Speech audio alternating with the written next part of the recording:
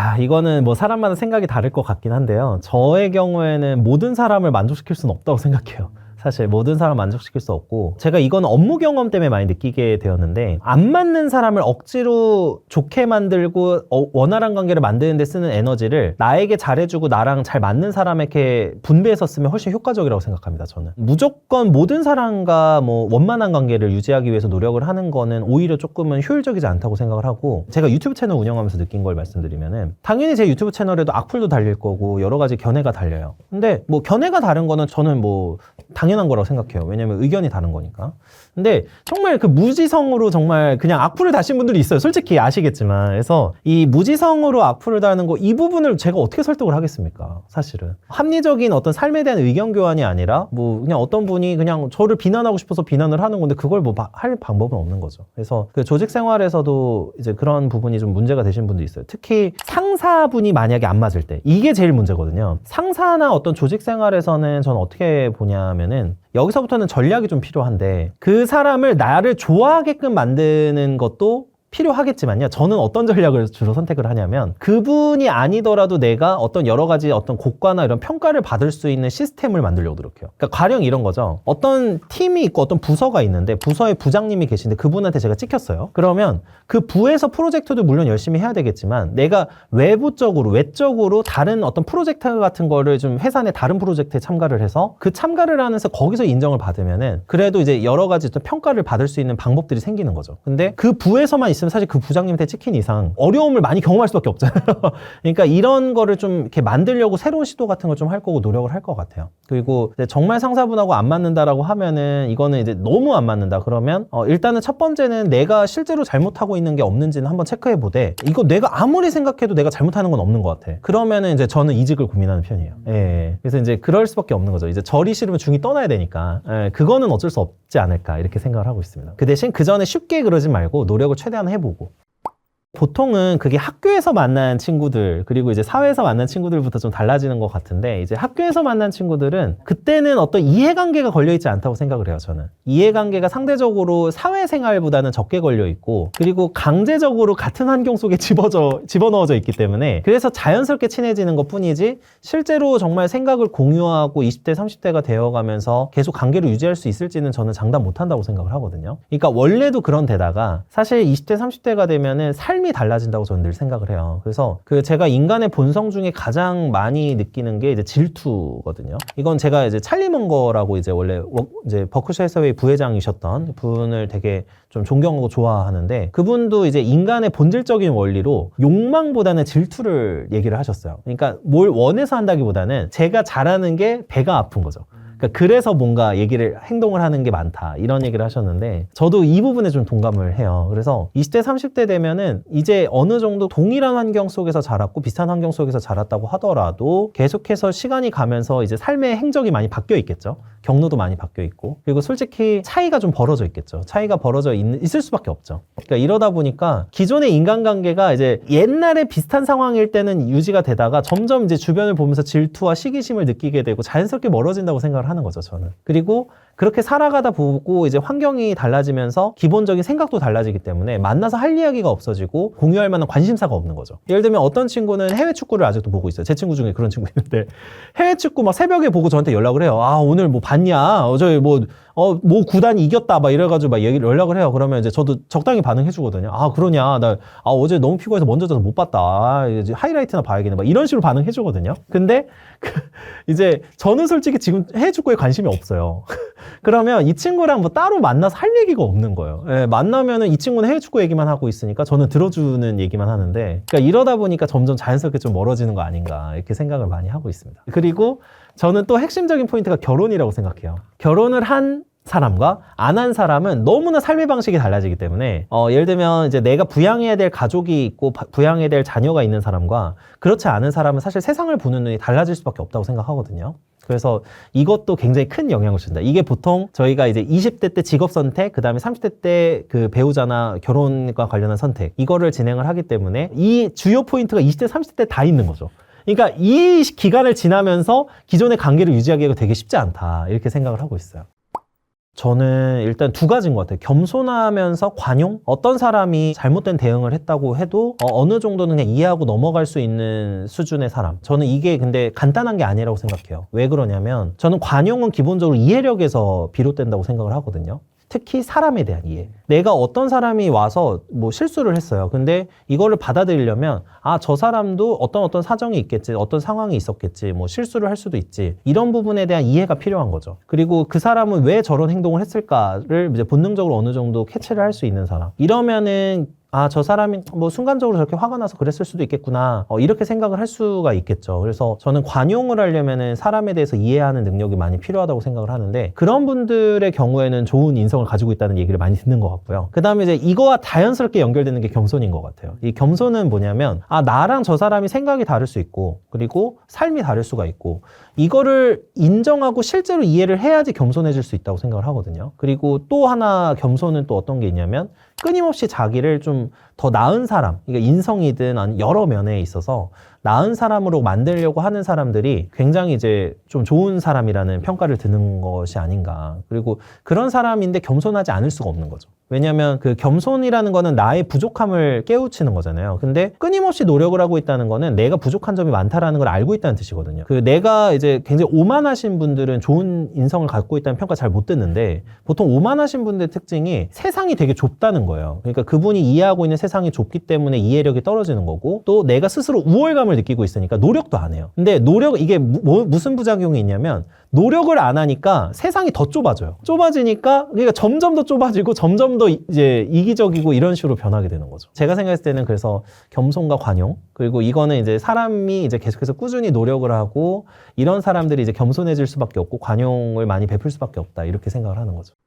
저는 이렇게 보는 편이에요. 인성이 드러나는 순간 첫 번째가 배우자를 선택할 때, 두 번째가 직업을 선택할 때. 근데 예를 들면 이런 거죠. 나는 돈이 중요하지 않아라고 맨날 얘기를 했어요. 그리고 실제로 막 그렇게 주변에 얘기를 하고 다녀. 근데 직업 고를 때 보니까 좀 돈 쪽으로 많이 선택을 했어요. 그러면은 사실은 이제 이 사람의 원래 본질적인 생각이나 사고는 직업 중에서는 돈 이제 소득이 중요하구나라고 생각을 한다는 거죠. 이게 나쁜 건 아니니까. 근데 주변에 이야기할 때는 이제 다르게 얘기를 하고 다녔었다는 거죠. 그러니까 이제 이런 거를 보면서 저 사람이 실제적으로 뭐 어떤 생각을 하고 있고 실제로는 어떤 그 가치관을 갖고 있는지를 느낄 수 있다고 생각을 해요. 그래서 인성은 저는 가치관하고 이게 연결돼 있다고 보기 때문에 그래서 이제 그런 순간을 많이 좀 캐치를 하시고 실제적으로 그 사람이 선택을 어떻게 하는지를 보시면은 그게 인성을 드러나는 순간이지 않을까 싶고요. 배우자도 마찬가지인데 예를 들면 배우자를 뭐 어떤 분들은 인성을 보면서 배우자를 골랐다고 해요. 근데 누가 봐도 인성이 별로야, 저 사람. 그러면은 저 사람은 배우자를 선택할 때 뭐 예를 들면 돈이든 아니면 다른 조건이든 이런 걸 너무 많이 버는구나. 이렇게 생각을 하는 거죠. 그래서 이런 실제적인 순간이 그 인성이 드러나는 순간이라고 생각을 하고요. 그 다음에 이제 세 번째는 저는 성공을 했을 때라고 생각해요. 이제 이때가 저는 진짜라고 생각을 하는데 더 이상 남의 눈치를 보지 않아도 될 때. 예를 들면 내가 이제 대표가 돼서 정말 돈도 잘 벌어요. 이제 거의 뭐 망할 것 같지가 않아. 이런 상황이면은 그때 이제 주변을 대하는 그런 것을 보면은 그 사람이 실제로 인성을 좀 느낄 수 있지 않은가. 그리고 그 사람이 실제로 좋아하는 거를 알 수 있지 않은가. 이런 생각을 하는 거죠. 그래서 보통은 이제 남의 눈치를 보지 않아도 되는 상황이나 이런 부분 그리고 실제적으로 삶에서 중요한 순간에서 어떤 선택을 하는지를 확인할 수 있으면 그때 이제 인성이 드러나는 순간이 아닌가 이거를 이제 많이 생각을 하고 있습니다. 제일 많이 하는 게 저 사람이 하는 말이나 행동이 일치하는가를 일단 제일 먼저 보라고 많이 항상 권해드려요. 이거는 여러 가지 의미가 있는데 그 말하고 행동이 일치하지 않는 사람은 사실은 말이 거짓이든 행동이 거짓이든 별로 신뢰할 수 없는 사람이니까 그거는 이제 어느 정도는 거리를 두시는 게 좋고 그 사람 입장에서는 내가 나한테 달콤한 말을 하고 있어도 실제로는 그렇게 생각하지 않고 자신의 삶에서는 다르게 살고 있는 거죠.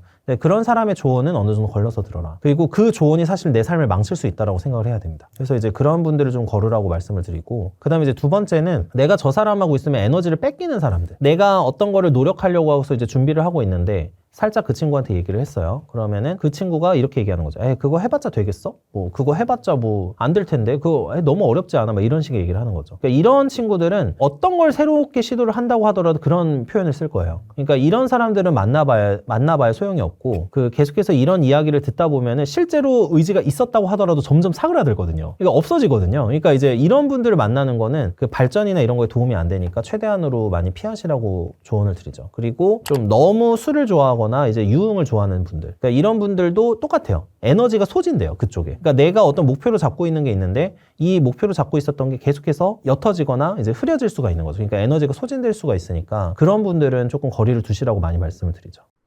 쉽게 표현되면 외모일 수도 있는데, 근데 사실 저는 외모가 안 좋은데도 매력적인 분들 많이 알고 있긴 하거든요. 근데 이제 그런 분들은 대체적으로 특징이, 이거는 좀 이성관계랑도 많이 연결이 되죠. 매력이라는 거는 좀 복합적인 의미가 있는데, 제가 생각했을 때는 일단은 남자분들의 경우에는 멀끔하게만 하고 다니면 된다 입장이에요.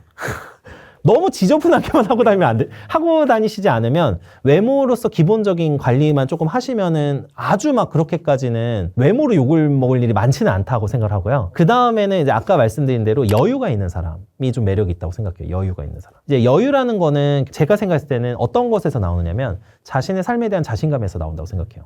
그래서 남자분들의 경우에는 내 삶에 대한 자신감은 있어야 된다고 생각을 하고, 이거를 갖고 있으면 나보다 잘난 사람이 와서 무슨 얘기를 하든, 아니면 나보다 못난 사람이 와서 나한테 뭐 비난을 하든 어느 정도 여유를 가지고 대응을 할 수가 있고, 그러면은 그게 굉장히 매력으로 다가온다고 생각을 합니다. 그리고 본능적으로 사람들은 그런 여유 있는 사람들을 보면서 아, 저 사람 뭔가 있네, 저 사람 진짜 좀 다른 사람이네 라는 느낌을 받는다고 생각을 하거든요. 그런 식으로 생각을 많이 하고 있어요. 여유가 있는 거가 이게 자존감이나 자신감과도 관련이 돼 있고, 그렇기 때문에 매력 있는 사람의 공통적인 좀 비슷한 특징이다. 근데 보통 막 허세 부리고 굉장히 막 조급하고 이러신 분들의 경우에는 딱 봐도 이게 느껴지잖아요. 이게 매력적으로 보이지는 않는 것 같아요, 사실. 그래서 이제 그런 부분이 저는 좀 매력과 연관이 있다고 생각을 하고요. 여성분들의 경우는 뭐 당연히 뭐 여성분들도 외모도 뭐 이쁜 거 중요하고 여러 가지 중요하지만, 결과적으로 저는 그건 것 같아요. 자신에 대해서 이해하고 있고 자신의 삶이나 이런 거에 대해서 아까 말씀드린 자신감이 있는 사람. 그러니까 이게 이제 공통적으로는 남녀를 모두 불문하고 되게 중요한 요소가 아닌가. 그리고 매력이 있으려면은 이제 이게 기본적인 어떤 태도가 되어 있어야지 이제 매력을 좀 발산할 수 있지 않을까? 이렇게 이제 생각을 합니다. 이건 너무 많은데 너무 많은데 제가 생각했을 때는 역시 말인 것 같아요. 분명히 되게 멀끔하고 정말 외모도 되게 훌륭하시고 이렇게 괜찮은 분이 있는데, 저는 매력적으로 깨는 게 말할 때거든요. 근데 이 말할 때가 구체적으로 어떤 표현을 쓰는 거, 그리고 말을 어떤 뉘앙스로 얘기를 하고 어투가 어떤지, 이런 게 종합적으로 들어가는 것 같아요. 그래서 굉장히 아름다운 어떤 여성분이 있었는데, 이건 뭐 제가 소개팅 했을 때 얘기를 하자면은 어떤 굉장히 아름다운 여성분이 나오셨어요. 진짜 뭐 사진만 봐도. 저는 근데 대화가 안 되면은 굉장히 좀 힘들다고 보는 입장인데, 딱 가가지고 얘기를 하는데 대화하는 주제도 굉장히 한정적인 데다가 너무나 편협한 의견을 제시를 막 하시는 게 있어요. 그리고 그 말하는 투도 굉장히 조금, 이런 표현 좀 쓰기 좋은 건데 약간 경박한 느낌의 그런 표현을 쓰신 분들이 있거든요. 너무 조급하고. 이러면은 저는 굉장히 매력을 깎아먹는다고 생각을 하고, 특히 이제 이 말을 잘 하셔야 되는데 뭐 예를 들면 욕설을 쓰신다거나 비속어를 쓰신다거나, 그리고 너무 요즘에는 이런 문제가 있어요. 커뮤니티 표현. 인터넷 온라인 커뮤니티에서, 그 특정 커뮤니티에서 쓰는 표현을 너무 많이 쓰게 되면은 그 사람의 가치나 어떤 매력을 좀 많이 깎아먹는 것이 아닐까. 요즘에는 이 문제가 좀 많은 것 같아요. 그래서 이 생각이 조금 들기는 합니다. 그리고 그 사람이 갖고 있는 생각이 너무 편협해 보일 수가 있거든요. 그러면 저 사람 평가가 많이 떨어지니까 매력적이지 않은 것 같아요. 착하지만 기가 세다라는 거는 뭐냐면은, 이거는 이제 사람마다 해석이 좀 다르기는 한데, 제가 생각했을 땐 이거예요. 착한데 기가 세다? 선한 사람인데 아무한테나 이제 그 선함을 보여주지 않는 사람이 저는 그런 사람이라고 생각을 해요. 그러니까 원래는 실제로는 선하지만 타인에 대해서는 제대로 평가할 줄 아시는 분. 그러니까 그런 분들은 내가 이 선함을, 착함을 보여줘도 괜찮은 사람에게만 그걸 보여준다고 생각을 하는 거고, 기가 센 거는 주변 사람한테 흔들리지 않는 사람이라는 뜻이라고 생각해요. 저는 기가 세다는 거는 저 사람이 나를 어떻게 보든 저 사람이 아니면 자를 수는 있는, 이런 사람을 저는 기가 센 사람이라고 봐요. 근데 제가 제일 듣기 싫어하는 소리가, 공공기관에서 일할 때, 그때 법무관으로 일할 때 뭐 법무관님은 착하신 것 같아요, 그 얘기를 하는 거예요. 전 그 얘기 듣고 나서 기분이 굉장히 안 좋았거든요. 왜 그러냐면 제가 느끼기에는 이거예요. 어떤 사람이 정말 좋다라고 하면 정말 법무관이 좋은 사람인 것 같아요 라는 표현이 나와야지, 착하다라는 표현이 나왔다? 그 사람이 잘 무시하고 있을 가능성이 매우 높아요. 매우. 그 표현을 썼다면. 착하다는 거는 보통 윗사람이 아랫사람한테 쓰는 표현입니다. 사실은. 기본적으로 그 사람이 쓰는 표현을 보면 그 사람이 어떤 생각을 하고 있는지 알 수 있고, 그 사람이 어떤 식으로 생각을 하고 있는지를 충분히 이해할 수 있기 때문에 그냥 그걸 보고서 점점 거리를 두시는 쪽으로 선택하시라고 하는 거예요.